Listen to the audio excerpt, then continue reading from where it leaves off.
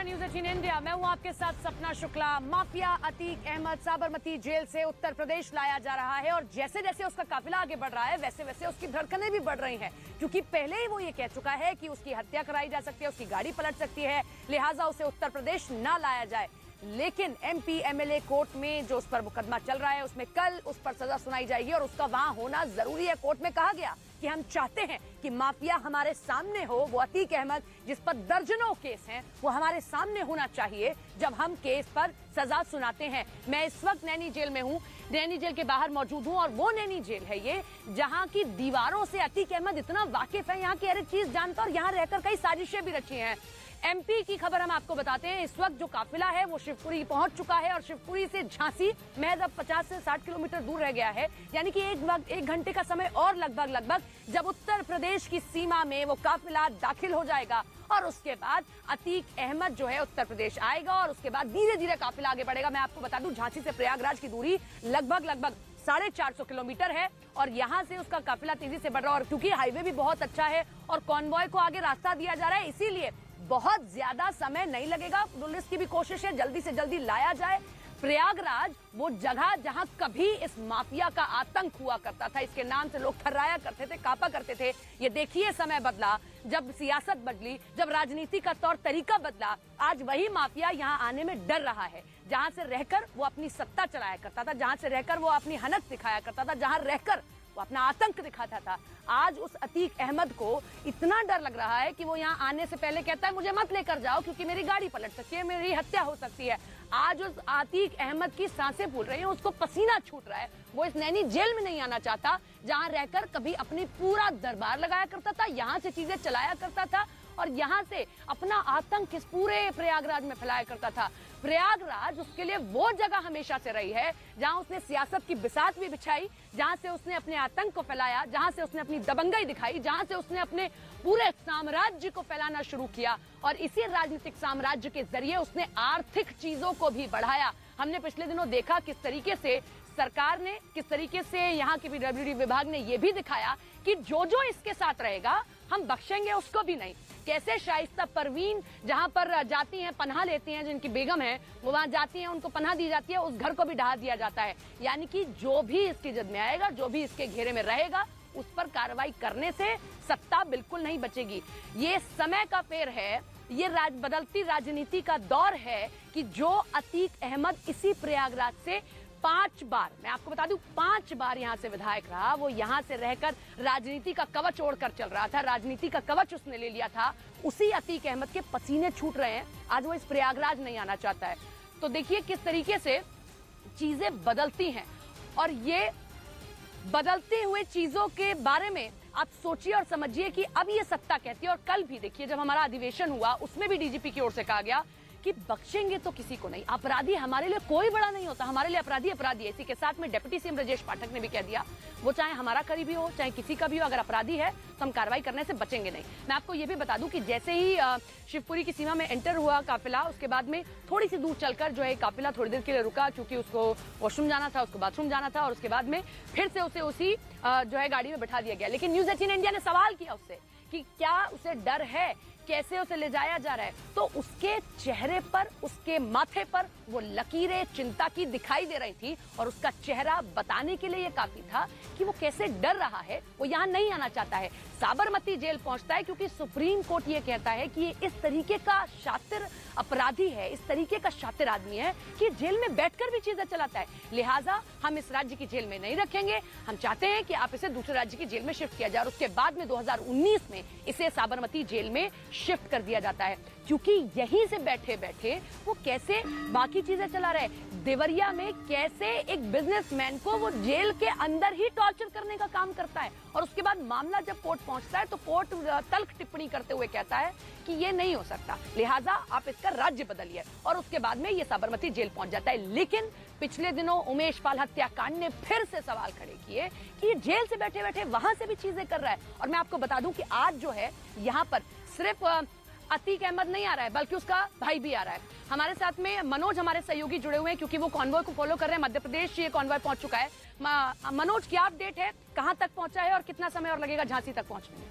7:20 पर मध्य प्रदेश के जो रामनगर शिवपुरी जिले का जो टोल नाका है, टोल नाके पर क्रॉस हुए और यहाँ पर अतीक अहमद को उसके पहले ही जो थोड़ी देर के लिए रुके थे और वॉशरूम वगैरह गए थे, उसके बाद इस नाके से अब तकरीबन ये 1.5 घंटे का रास्ता है।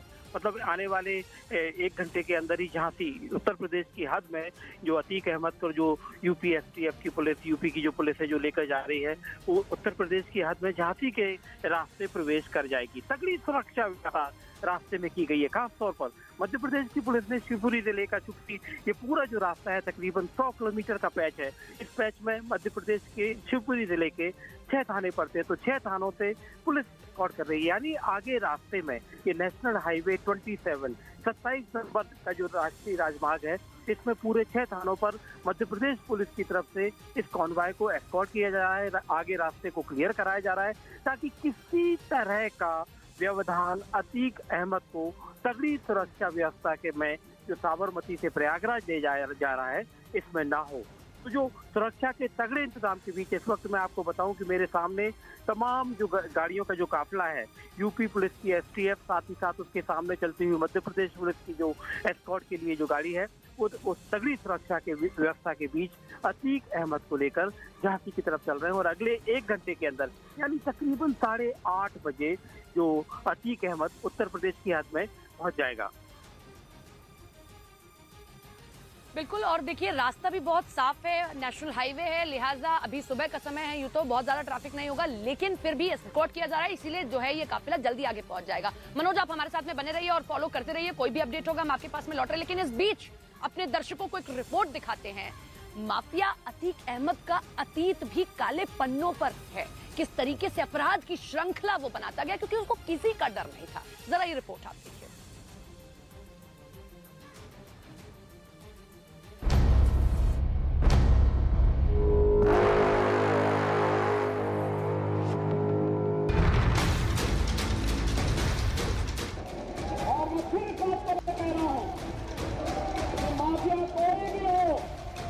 सरकार की चिरस्थायी की नीति है और उन माफियाओं के खिलाफ मिट्टी में मिलाने का काम उनको हमारी सरकार करेगी, पूरी मजबूती के साथ उनसे मिटने का कार्य करेगी। यूपी के मुख्यमंत्री योगी आदित्यनाथ का ये वही बयान है जिसके बाद से अतीक अहमद के अंदर खौफ लगातार बढ़ता जा रहा है। पूरे दिन अतीक अहमद की सांसें ऊपर नीचे होती रहीं। जेल के बाहर जब यूपी पुलिस के 2 बख्तरबंद वाहन आकर खड़े हुए तो अतीक इन गाड़ियों को देख तो नहीं सका, लेकिन इन बख्तरबंद गाड़ियों के आने की आहट से ही अतीक अहमद कांप गया। यूपी पुलिस के 20 हथियारबंद जवान अहमदाबाद की सेंट्रल जेल के बाहर मौजूद रहे और अतीक अहमद जेल के अंदर बुरी तरह से सहमा रहा। अतीक अहमद के ट्रांसफर की कागजी कार्यवाही तो शनिवार की रात से ही चल रही थी, लेकिन यह कार्यवाही सुबह 8 बजे दोबारा शुरू हुई और शाम तक भी यह कार्यवाही चलती रही, क्योंकि एक तरफ यूपी की पुलिस प्रयागराज की अदालत का वारंट लेकर आई थी, तो दूसरी तरफ गुजरात पुलिस के आला अफसरों की तरफ से यह दलील दी जा रही थी कि अतीक को इस जेल में सुप्रीम कोर्ट के निर्देशों पर रखा गया है।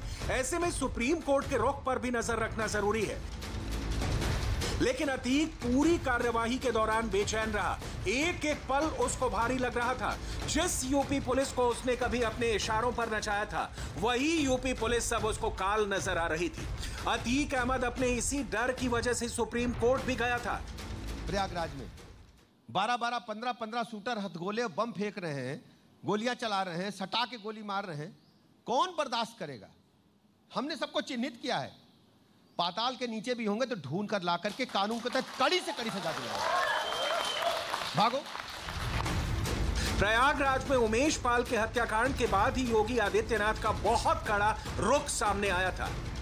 अतीक अहमद ये समझ चुका था कि अब यूपी पुलिस उसे यूपी ले जाने के लिए आने वाली है। जरा अतीक अहमद के खौफ की टाइमलाइन देखिए।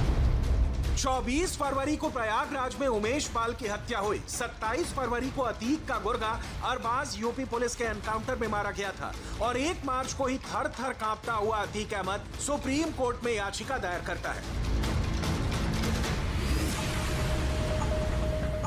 अतीक अहमद ने सुप्रीम कोर्ट के अंदर जो याचिका दायर की, उससे अतीक अहमद के अंदर मौजूद यूपी पुलिस का डर खुलकर सामने आ गया।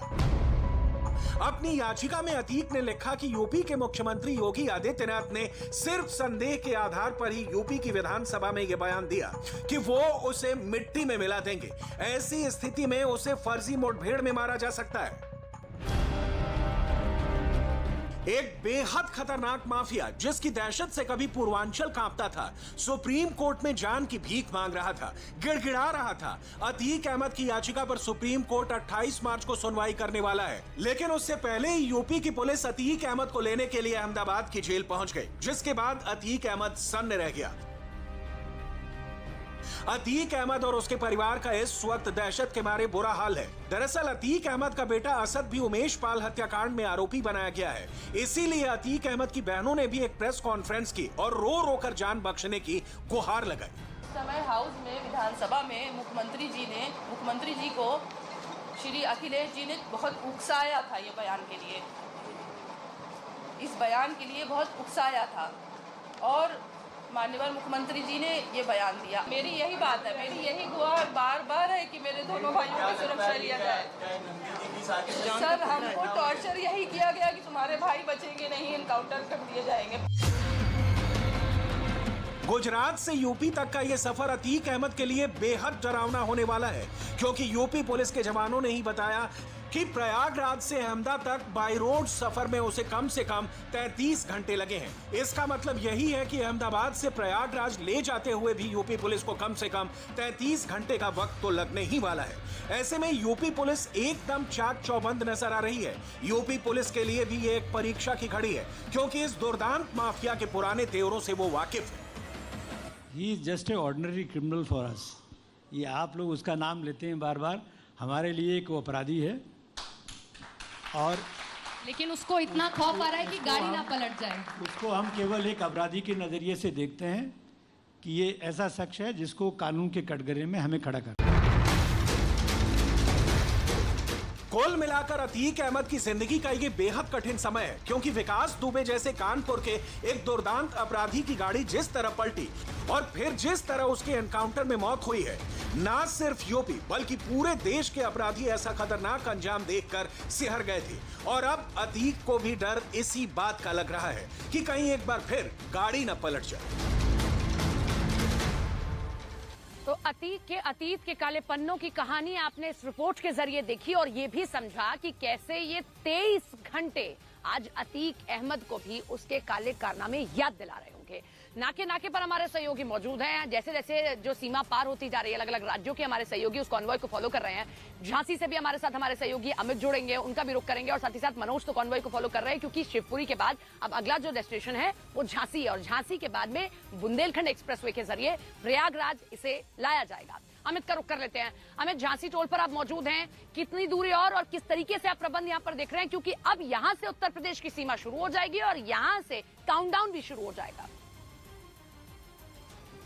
यहाँ बिल्कुल रक्षा टोल पर इस वक्त मैं मौजूद हूँ, झांसी का रक्षा टोल, और यहीं से उत्तर प्रदेश की सीमा शुरू होती है और यहीं से काउंटडाउन जो है वो शुरू हो जाएगा। मैं सबसे पहले तो यहाँ की तस्वीरें दिखा दूं। इस वक्त जो अतीक अहमद का जो काफिला है वो रामनगर, मध्य प्रदेश का रामनगर टोल क्रॉस कर गया। तो महज मुझे जो लगता है 8:30 बजे के आसपास यहाँ पर इस नाके को क्रॉस करेगा अतीक अहमद का काफिला। और सीधे अगर हम बात करें तो रक्षा टोल से यहाँ से प्रयागराज जाने में 6 से 6.5 घंटे का वक्त ही लगेगा, क्योंकि जिस तरीके से सड़कें बनाई गई है, यहाँ से सीधा चित्रकूट होते हुए बुंदेलखंड एक्सप्रेसवे होते हुए प्रयागराज पहुंच सकता है। और ये भी हमारे सोर्सेस बताते हैं कि हो सकता है कि अतीक अहमद को प्रयागराज ना ले जाके कौशाम्बी में ही हॉल्ट करा दिया जाए। बहरहाल उमेश पाल अपहरण केस में कल पेश होना है अतीक अहमद को और कल सजा का ऐलान होगा। जो धाराएं लगाई गई हैं उस धाराओं के मुताबिक जो मैक्सिमम सजा है वो उम्र कैद की सजा है। एक बार फिर से मैं आपको तस्वीरें दिखा दूं। देखिए, लोकल पुलिस इस वक्त यहाँ पर पहुंच गई है, क्योंकि लोकल पुलिस हर जगह पर स्कॉट कर रही है। सपना हर जगह पर स्कॉट कर रही है।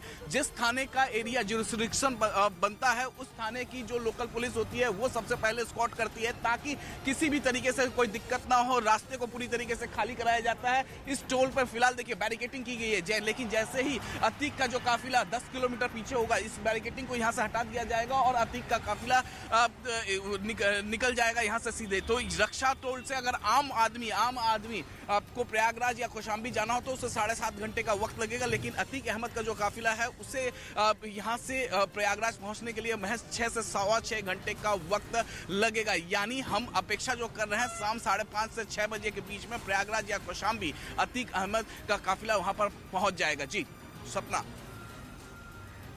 बिल्कुल, शाम तक अतीक अहमद यहां पर पहुंच जाएगा और किस तरीके से यहां पर देखिए एस्कॉर्ट करने के लिए पहले से ही पुलिस मौजूद है। अमित, देखिए एक और रास्ता है, ये तो बुंदेलखंड एक्सप्रेसवे है ही, लेकिन झांसी उरई के बाद बांदा और बांदा के बाद में चित्रकूट से नजदीक प्रयागराज पड़ता है, तो यहाँ पर भी रूट बदल सकता है। हालांकि कौशाम्बी का जिक्र हो रहा है, लेकिन क्योंकि कौशाम्बी और प्रयागराज की दूरी बहुत ज्यादा नहीं है, तो ऐसा भी हो सकता है कि पुलिस कहे कि कौशाम्बी तक पहुंचिए तो आप प्रयागराज भी ले ही आते हैं। और इस नैनी जेल से तो बड़ा पुराना रिश्ता है अतीक अहमद का, यहाँ से बैठे तो ना जाने उसने कितनी कहानियां लिखी हैं। जी हाँ, बिल्कुल सपना। देखिए अशरफ जो है अतीक अहमद का भाई, उसे भी आज बरेली जेल से शिफ्ट किया जाएगा, क्योंकि कल उसकी भी पेशी है और कल उसके भी सजा पर ऐलान होगा, उसका भी सजा पर उमेश पाल अपहरण केस में। ये दुखद बात है कि उमेश पाल जिस केस को लेकर लगातार लड़ाई लड़ते रहे हैं, जब उस केस में सजा का ऐलान होगा तब उमेश पाल नहीं है अब इस दुनिया में। बहरहाल ये पूरा जो मामला, जो सीसीटीवी विजुअल्स था वो हमने देखा, लेकिन ये सच है कि 4 दशक का इतिहास जो अतीक अहमद परिवार का रहा है, पहला ऐसा मामला होगा जिसमें वो कन्विक्ट होगी, क्योंकि जिस तरीके से एविडेंस इस पूरे मामले में दिखाते हैं, बताते हैं कि इस मामले में अतीक अहमद, अशरफ, अतीक अहमद का छोटा भाई, उन सबको और जितने भी आरोपी हैं उनका कन्विक्शन तय है, क्योंकि सभी गवाही जो है उसके खिलाफ गई है। उमेश पाल ने भी गवाही दी थी इस पूरे मामले में, उमेश पाल अपहरण केस में। तो जाहिर तौर पर जो उमेश पाल लगातार लड़ाई लड़ते रहा अतीक अहमद से, जब सजा का ऐलान होगा तो उमेश पाल इस दुनिया में नहीं हुआ। मैं आपको तस्वीरें दिखा रहा हूँ, देखिए तस्वीरें हर एक चीज बयां कर रही है। पहले तो बैरिकेटिंग देखिए किस तरीके से यहाँ पर बैरिकेटिंग की गई है, और इस तरीके का इंतजाम हर जगहों पर, हर टोल पर, हर सड़क पे है। रूट पहले से डिसाइडेड है, जैसे कि हम रक्षा टोल से महज 20 किलोमीटर आगे जाएंगे तो 2 रूट होता है प्रयागराज जाने के लिए। अब एक बुंदेलखंड रूट है, बुंदेलखंड रूट पे जाने के बाद अब देखना होगा जो बांदा चित्रकूट होते हुए रास्ता प्रयागराज है उसे ही लेती है। सबको अपेक्षा है कि वही लेगी। शॉर्ट रूट होगा, फर्स्ट 4 लेन सड़क है वहां पर, तो जाहिर तौर पे वहां पर उतना जाम नहीं होता है, तो लिहाजा उसी रूट को लेना चाहिए। देखने वाली बात होगी कि थोड़ी देर बाद अगले कुछ घंटों में साफ हो जाएगा, जैसे ही यहां से अतीक अहमद का काफिला निकलेगा। लेकिन यह भी सच्चाई है कि जिस तरीके से योगी सरकार में लगातार कानून की बातें हो रही थी, लगातार जो केस प्रक्रिया आगे जा रही थी, उसमें अगर देखें तो जिस तरीके से अतीक अहमद का 4 दशक का इतिहास रहा है, ये पहला मामला होगा उमेश पाल अपहरण केस में